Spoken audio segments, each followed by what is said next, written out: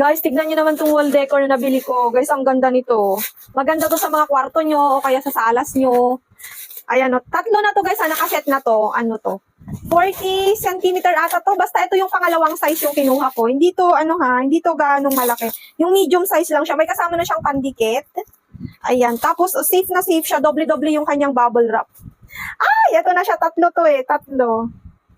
Ganito siya. The big things. Grateful for everything. Guys, ang ganda. Tignan nyo naman. Ito pala yung pangalawang size, 30 to 40 cm ata to basta. Ito guys, grateful for everything. Ayan siya oh. Tabi-tabi sila to guys tabi-tabi. I'm sure nakita nyo na to sa mga maraming naka dito guys eh. Maraming naka-display na to na content creator. Guys, pag napapanood nyo, di ba may ganito? Ang ganda kasi. Grateful for everything guys. Dapat naman kasi maging grateful tayo sa lahat ng blessings. Guys, small things man yan or big things, guys, be grateful and i-apply natin yung attitude of gratitude. Yes, kasi siya lahat ng may gawa.